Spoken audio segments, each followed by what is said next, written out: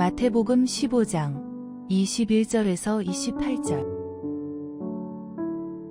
예수께서 거기서 나가사 두로와 시돈 지방으로 들어가시니 가나안 여자 하나가 그 지경에서 나와서 소리질러 이르되 주 다윗의 자손이여 나를 불쌍히 여기소서.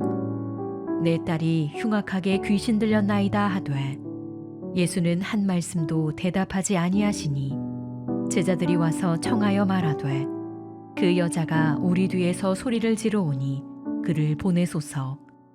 예수께서 대답하여 이르시되 나는 이스라엘 집에 잃어버린 양 외에는 다른 데로 보내심을 받지 아니하였노라 하시니 여자가 와서 예수께 절하며 이르되 주여 저를 도우소서. 대답하여 이르시되 자녀의 떡을 취하여 개들에게 던짐이 마땅하지 아니하니라. 여자가 이르되 주여 올소이다마는 개들도 제 주인의 상에서 떨어지는 부스러기를 먹나이다 하니 이에 예수께서 대답하여 이르시되 여자여 내 믿음이 크도다. 내 소원대로 되리라 하시니 그때로부터 그의 딸이 나으니라. 할렐루야. 오늘은 믿음이 크십니까? 라는 제목으로 말씀을 나누려고 합니다. 오늘 본문 말씀 보면 예수님께서 두로와 시돈 지방으로 물러가셨을 때에 귀신 들린 딸을 가진 가나안 여인을 만난 사건이 오늘 본문에 기록되어 있습니다.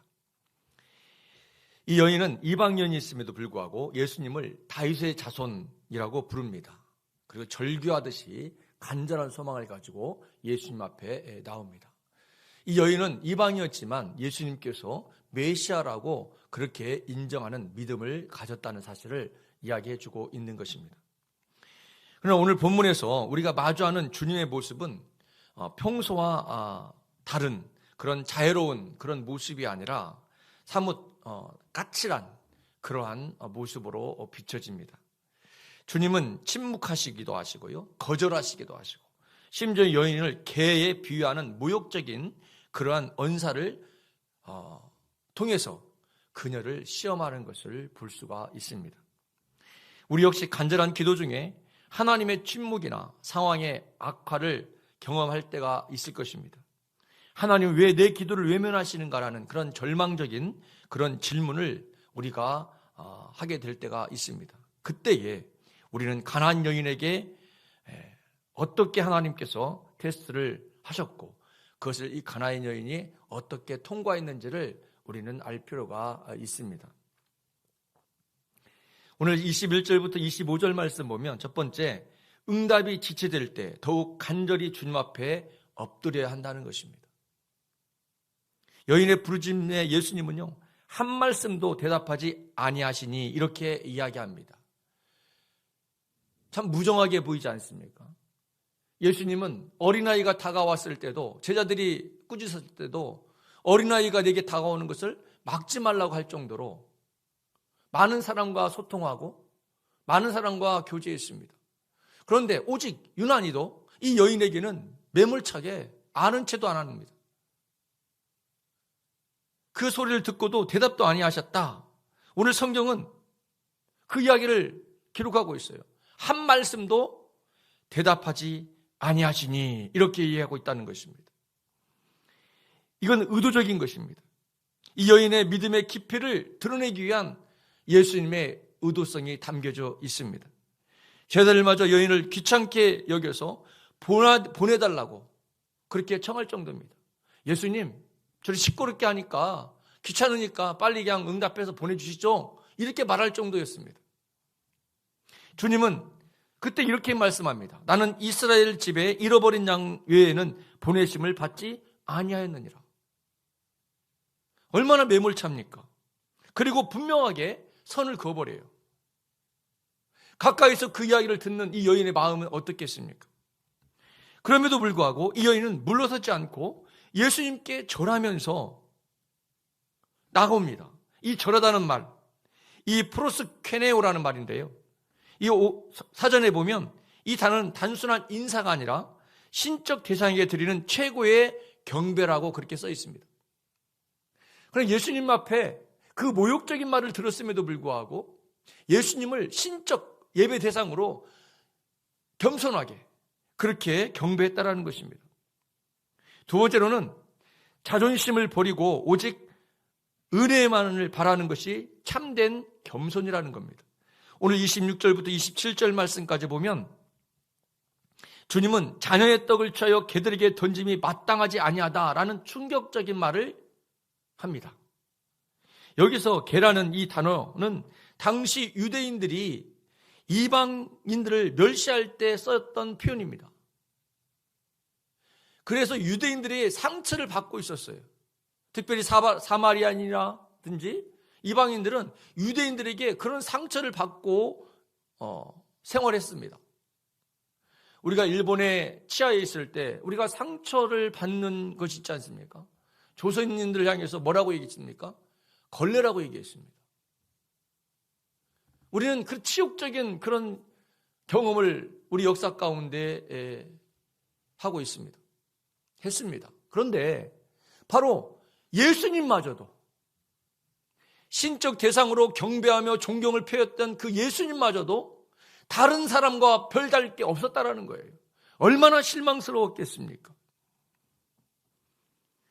주님은 여인의 믿음이 어떤가를 보여주고자 했던 것 같습니다.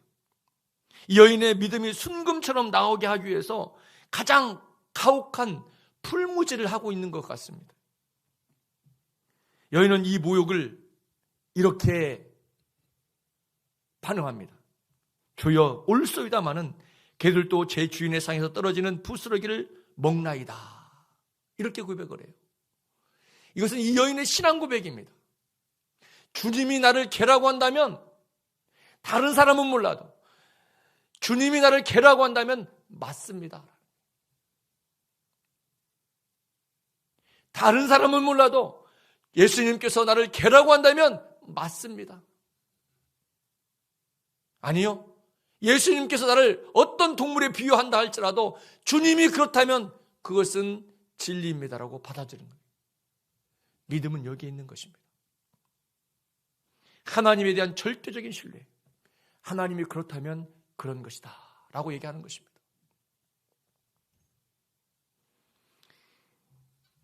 자신의 권리가 아닌 오직 주님의 자비와 부스러기 같은 은혜만으로 충분하다라는 절대적인 신뢰입니다. 이것이 바로 믿음입니다. 다윗은 자신의 잘못으로 인해서 자기 아이가 죽게 되었습니다. 그는 금식하며 하나님께 간구합니다. 그런데 결국 하나님은 그 아이를 데려가십니다. 하나님이 결정하자 다윗은 식음을 전폐하면서 기도했던 자리에서 일어납니다. 그리고 음식을 가져오라고 음식을 먹기 시작합니다. 신하들은 깜짝 놀랍니다. 어떻게 이런 일이 있냐고 반문합니다. 그때 다윗은 이런 얘기를 합니다. 내가 다시 이미 간 아이를 내가 데려올 수 있겠느냐? 내가 그 아이에게로 갈 수 있을지 몰라도 그 아이를 데려올 수 없다. 이미 하나님이 결정하셨다라는 거예요. 하나님이 데려가기로 결정했다면 그것은 옳다는 겁니다. 내가 가슴이 아프든 내 생각과 다르다 할지라도 하나님이 그렇다면 옳다는 겁니다. 진리라고 믿는 것입니다. 이것을 믿음이라고 얘기하는 겁니다. 사랑하는 성도 여러분, 이 여인의 모습 속에서 바로 이 다윗과 같은 하나님 주권 사상, 이 믿음이 보이고 있다는 것입니다. 그러므로 자존심을 버리고 오직 은혜만을 바라보는 것이 참된 겸손이요 참된 믿음이라는 것입니다. 세 번째, 오늘 28절 말씀 보면 주님을 감동시키는 믿음은 반드시 치유와 회복을 가져온다는 사실입니다. 예수님께서는 마침내 여자여 내 믿음이 크도다 내 소원대로 되리라고 선포해 주십니다. 사랑하는 성도 여러분, 마태복음 전체에 이방인이 큰 믿음이란 말을 들은 기록이 없습니다. 어떤 믿음이 큰 믿음입니까? 예수님에 대한 절대적인 신뢰, 하나님의 주권, 하나님이 그렇다면 그렇다고 받아들이는 자세, 이것이 바로 큰 믿음입니다. 여러분 인생 가운데 어떤 현상들이 나타나고 있습니까? 하나님이 어떤 결정을 하시면서 여러분의 인생을 이끌고 있습니까? 그것이 하나님이 허락하신 거라면 그것이 옳다고 받아들이는 믿음, 그리고 궁유를 구하는 그 겸손한 자세, 여러분이 이 큰 믿음을 갖기를 주의 이름으로 축원합니다.